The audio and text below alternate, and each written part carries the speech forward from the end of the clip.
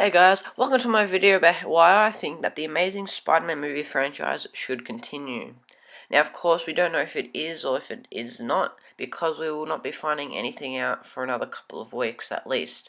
As we know, Sony will be holding a Spidey Summit in January, and Sony will also be meeting with Marvel/Disney during February.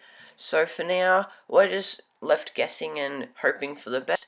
But me, like not many people nowadays, but think that the Amazing Spider-Man franchise is pretty good, and I really enjoy the Amazing Spider-Man 2, and I think that the franchise should continue and it should not be stopped and then just have Spidey join the Marvel Cinematic Universe.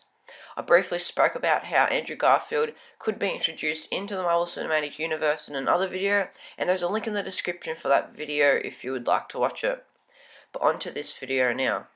So to start off, I'm just going to mention what Sony's plans were for the franchise before all these rumours started happening about Marvel.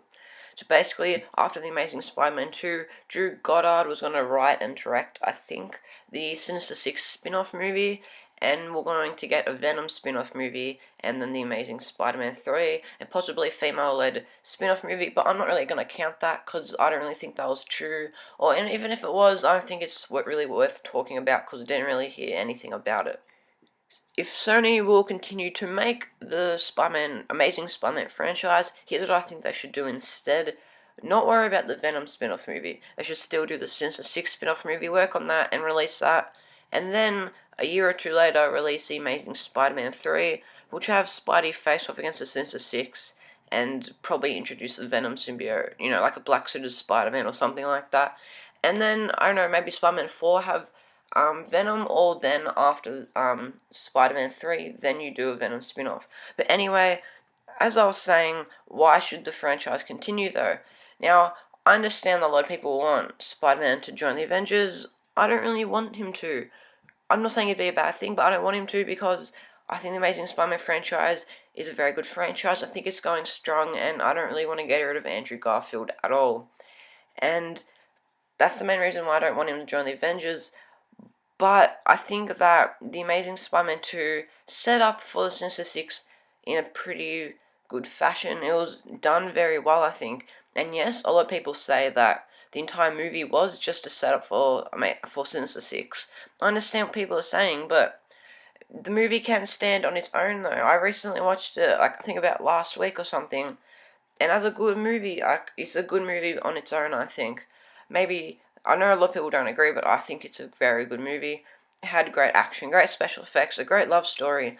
I don't understand why people don't like it that much. But like I was saying, I think, yes, I understand it was setting up for the future of the Spider-Man franchise, but does it really matter?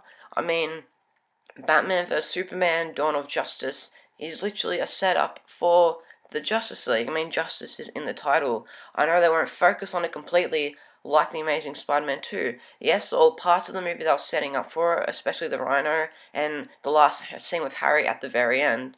Besides that, how was the movie a setup for the Sinister Six at all? Dawn of Justice will probably end with the last 15 minutes being a montage or something of Batman and Superman creating the Justice League. It'll be something like that. But both of these movies can stand as good movies on their own, as long as setups for their future movies. So I don't understand why people are complaining about The Amazing Spider-Man 2, and no one's thought about this with Batman vs Superman, which is literally just going to be a setup for Justice League, especially since Justice is in the title. Another good example would be Spider-Man 2 from 2004. The whole movie was a good movie by itself, continued from the first one very well, and the only part of the movie that was a setup for the next movie was basically that last scene towards the end of the film with Harry Osborn funny about the Green Goblin and all that type of stuff. And that was a very good setup for Spider-Man 3. Didn't really pay off, obviously, but it was a good setup though. And I think The Amazing Spider-Man did a similar thing. It was slightly longer and a bit more obvious to a certain extent, but it wasn't something that really ruined the movie, for me at least. Okay, I know I'm sort of going on a bit, so I'll try to just wrap it up and repeat some of the things I've said.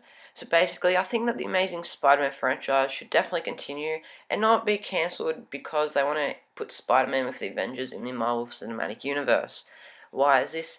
One reason is because I think that The Amazing Spider-Man 2 set up the Sinister Six spin-off movie very well, And in addition, after the Sinister Six spin-off movie, if it is successful, then we can get the Amazing Spider-Man 3 and whatever will come after that. 2, I think that many movies do this type of thing, so it's not really something that should make people hate the Amazing Spider-Man franchise. And 3, I just think that the Amazing Spider-Man movies have been very well done, high quality, great directing, pretty good stories, not the greatest, but they've been good enough. The acting's been great, and like I said, Andrew Garfield is a fantastic Spider-Man. I don't want to lose him just so Spider-Man can be with the Avengers. He's not even going to be the main character in the movie, so why is it so important for people for him to just appear in the Avengers? And let's say he is in Infinity War.